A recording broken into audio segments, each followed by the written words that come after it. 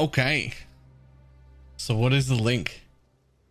The Legacy of Phrecia. Sure. Event will feature a new system for specializing in endgame content, replacing the existing Atlas. Oh my.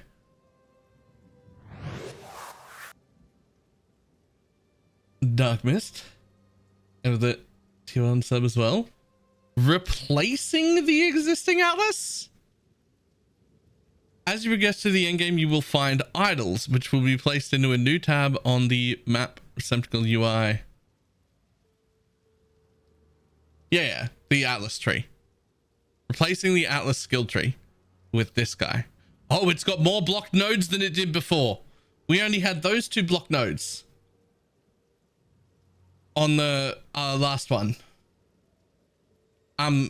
Okay, this is exactly what we called, by the way. But I didn't expect it to replace. I was thinking like on top of. But okay. Magic idols can up to 2 modifier, rare models can up to 4, and there are unique idols for keystones and Atlas Tree. Idols are tradable, but they are not modifiable. Okay. Abyss cracks in your map have a 3% chance to spawn all monsters release magic, so we've got that. We've got Delirium Faster. Breach of a 2% chance to contain additional breaches, 33% chance for Einhar. Okay. Right, harvest crops 1 higher. Sure. This is a pretty drastic change of how endgame will be played, given the Atlas tree has been such a fundamental part of the endgame for some time. In many different formats and versions. Sure. One of the major changes is that it turns specializing into different leagues to be less deterministic because it relies on you finding items. On the other hand, it adds layers of excitement to item drops that engage. Ooh, I don't know if I'm going to like this more or less, but I am going to like it for a 1-month event, regardless of whether it's better or worse, because it's so different. Right? Because it's so just different from normal, we're going to love it for an event. Right? Like, for an event for a month, we're going to love it. Whether it ends up being better or worse than the Atlas almost doesn't matter. It almost doesn't matter because it's only for a 1-month event. That's the whole point. Right? Okay. This allows you to have an infinite number of different endgame loadouts. No more respecing your tree. Just take out the idols you don't want and put on the ones you do want. You'll probably end up with a set of idols for each league. Sure.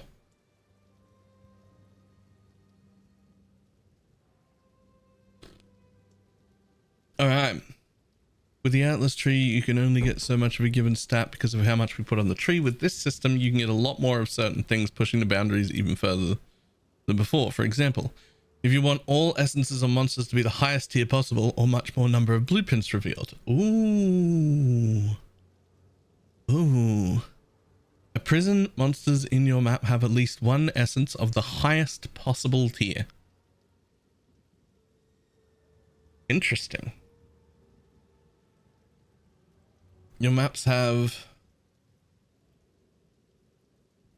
a 53% chance to contain a Legion encounter, sure. Strongboxes have a 5% chance to be opened again, sure. Blueprints, 6% chance to be fully revealed, 2% chance on completing your map to gain a free use of a special crafting option, sure. Reroll an additional time, sure. Okay. So we haven't been like... We definitely haven't been shown like a lot of different things. I haven't seen anything different. This is just the stuff from our Atlas tree. Right? It's just in this form and we'll be able to stack the numbers higher.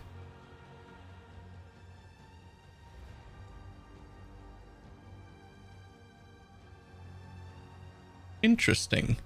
Very interesting. Given this an opportunity to let us play with the development concept, you can rest assured we'll find a bunch of broken outcomes in true Path of Exile fashion. Full disclosure, due to these features being experimental with this event, we haven't done the layers of quality of life we would normally try to do to accompany it. I take a small exception to the bit here where it says that we would normally try to do. Yeah. Is that something that normally happens? I'm not convinced.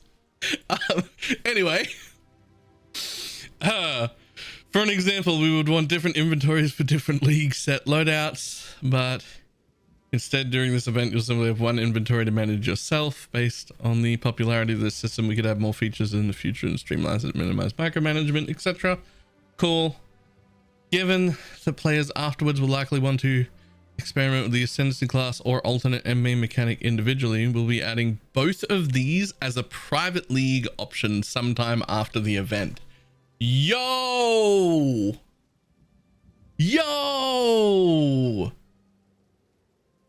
that's huge.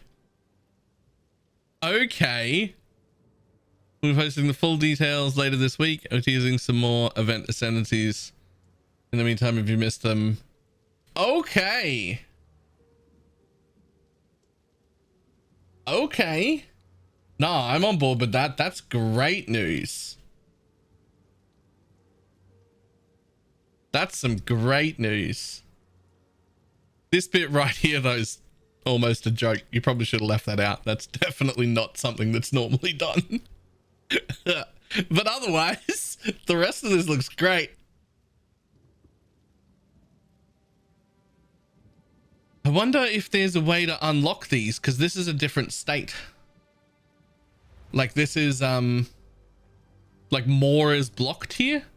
So I'm guessing you don't actually start with a full open one.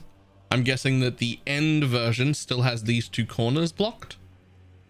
But then Atlas completion or something will progress into having more spaces open. That's my thought there. Okay.